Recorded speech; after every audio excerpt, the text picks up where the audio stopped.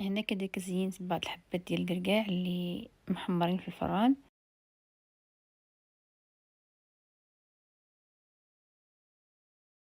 وفي الاخير ضفت بعض الاطراف ديال الباربه اللي كيبان لكم، خليتهم كبار شويه. بصراحه كيعطيو كذلك منظر رائع، وكيدير واحد الرابيل ديال التواجد ديال الباربه مع الباستا. كما كيبان لكم طريقه سهله وبسيطه وكتوجد بسرعه، ما كتحتاجش مده طويله باش تكون واجده. وكما قلت لكم الطبق ديال السلطه يمكن نقدموه للضياف ديالنا، كما يمكن نوجدوه لروسنا ولوليداتنا.